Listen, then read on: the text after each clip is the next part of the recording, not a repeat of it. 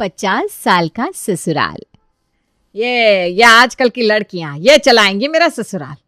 2 दिन की आई हुई मुझे कह रही है मम्मी जी प्रेम के लिए वर्किंग लड़की लानी चाहिए।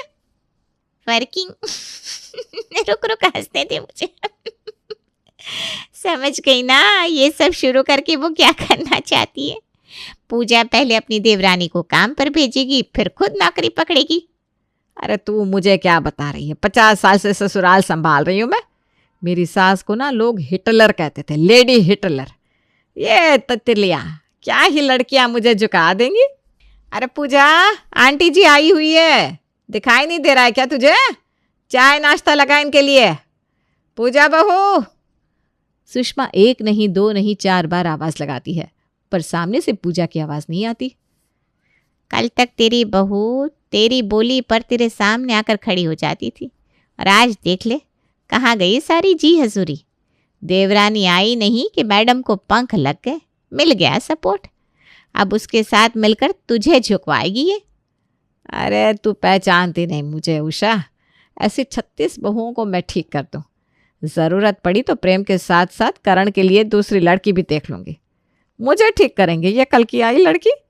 50 साल का ससुराल है मेरा, कोई 50 दिन का नहीं। अपनी बहू के कान मरोड़ने सुषमा रसोई में जाती है, पर आज पहली बार पूजा रसोई में नहीं थी। अगर ये नौकरी चाकरी ढूंढने निकली होगी तो आज इस लड़की के लिए इस घर के दरवाजे बंद कर दूंगी मैं। अरे सुषमा जी, आप तो हर वक्त घोड़े पर ही सवार रहती हैं। आज अपने कमरे से बाहर ही कहाँ आई है बहू? मुझे तो लगता है उसकी तबीयत ठीक नहीं है। अच्छा, ऐसी कौन सी बीमारी हो गई, मैं भी जाकर देखूं जरा। रात रात भर हंसी ठिठोलियों की आवाज़ें आती रहती है कमरे से। अब देर से सोएगी तो वक्त पर नींद खुलेगी कैसे महारानी की? हटिए ज़रा, आज जाकर इसकी नींद हमेशा के लिए खोल देती हूँ। सुषमा पूजा के कमरे के बाहर खड़ी हो जाती है और दया की तरह दरवाजे पर लात मारती है। कमरे के दोनों दरवाजे इतनी जोर से आवाज़ करते हैं कि पूजा घबरा जाती है। क्या हुआ मम्मी, सब ठीक तो है? आपने से लात मार मार कर दरवाज़ा क्यों खोला? इतनी जोर की आवाज़ आई, मुझे लगा मोहल्ले का कोई मकान ढह गया। ढह तो तेरा स्वाभिमान रहा है बेटा, जो तुझे दिख नहीं रहा है। क्यों मैडम, आपने तो अपने काम के लिए एक नौकर भी लगा रखा है। अरे मैं कहाँ कुछ कर रहा हूँ मम्मी। बीवी आराम से बिस्तर पर लेटी हुई है, पति हाथ में पानी का गिलास लिए नौकरों की तरह खड़ा हुआ है कि मालकिन नींद से जागिए और अपने फूलों जैसे कोमल पैरों को इस कठोर धरती पर रखने का कष्ट कीजिए। मम्मी आप बात गलत लेकर जा रही हैं।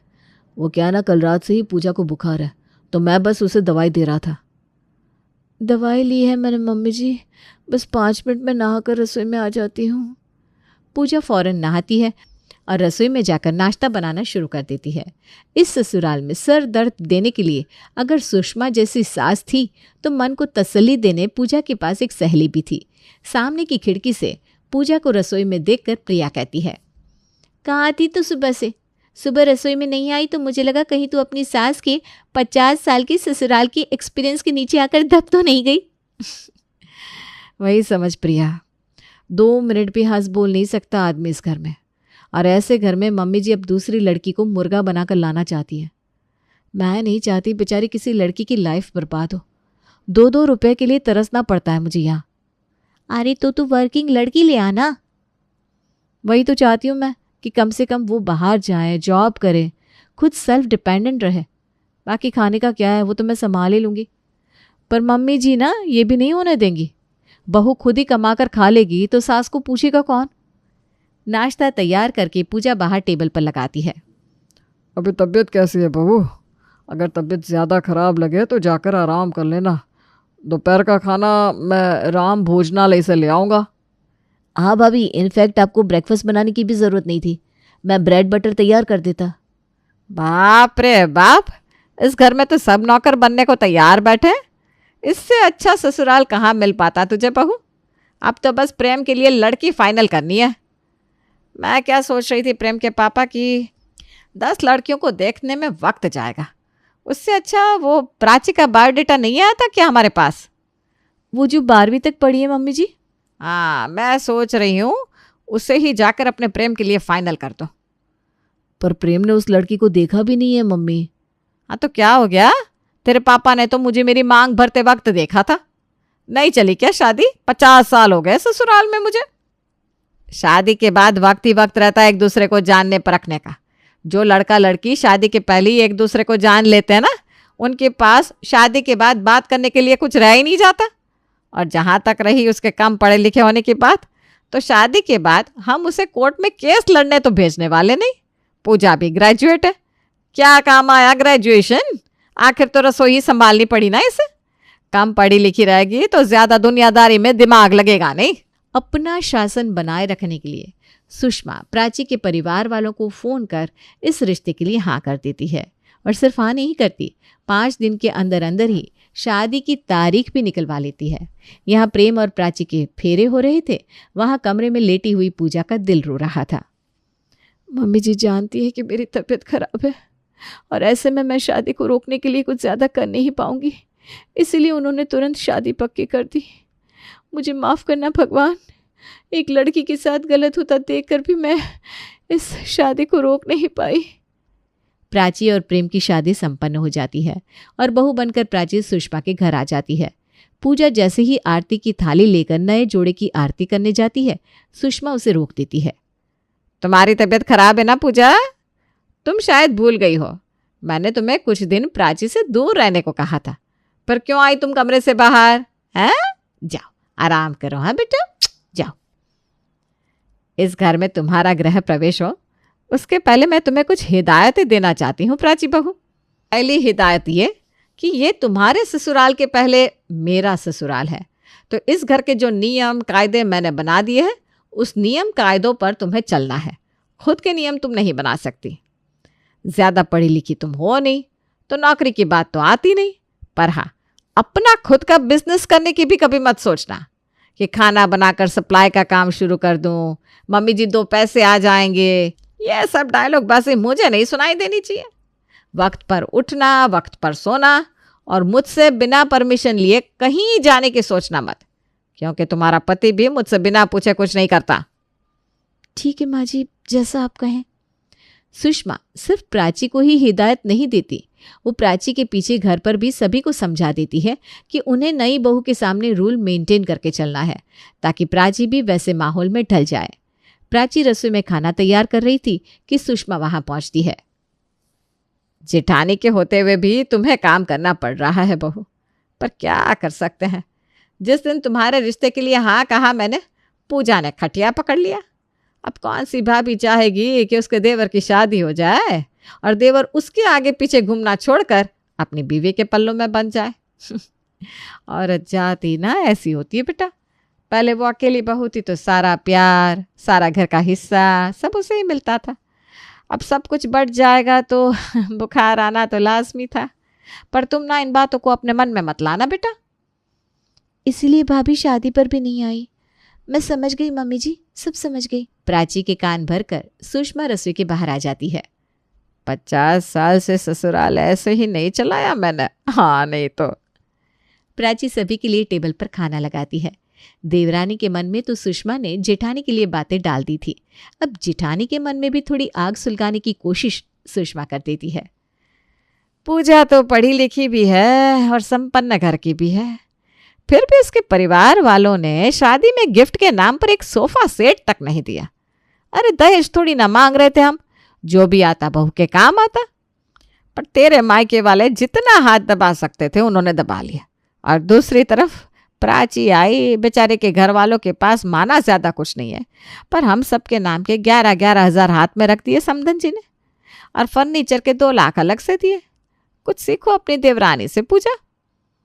मैं सब समझ रही हूँ मम्मी जी आप क्या कहना चाह रही हैं, पर इसी बहाने अगर आप प्राची को अच्छे से रखें तो मुझे कोई दिक्कत नहीं है।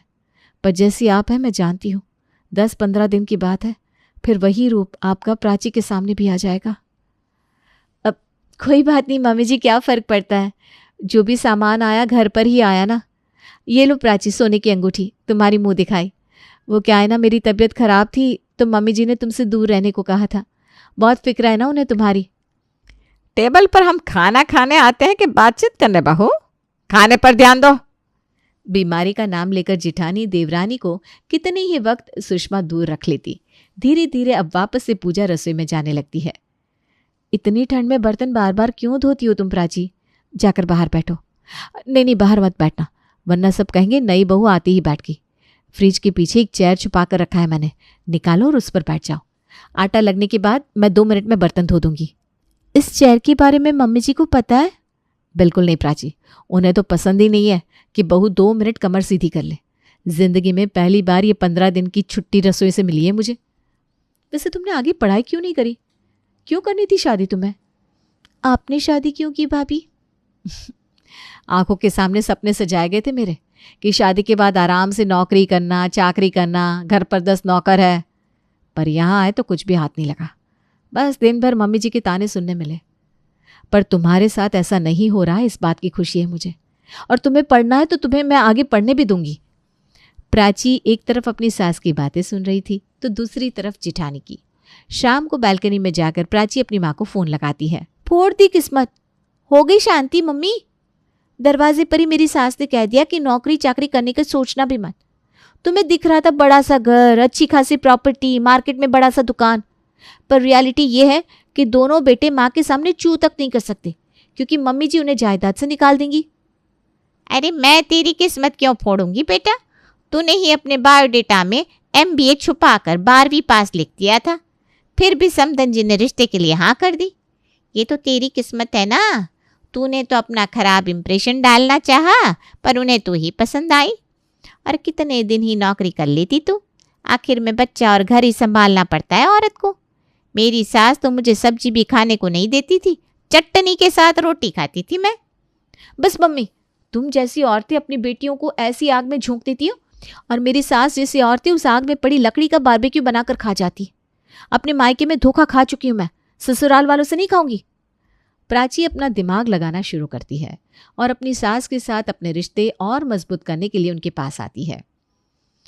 आप भाभी से अपने कमरे की सफाई करवा लेती है मम्मी जी, पर मुझसे नहीं करवाती। क्यों ऐसा मम्मी जी? आपको मुझ पर विश्वास नहीं है क्या?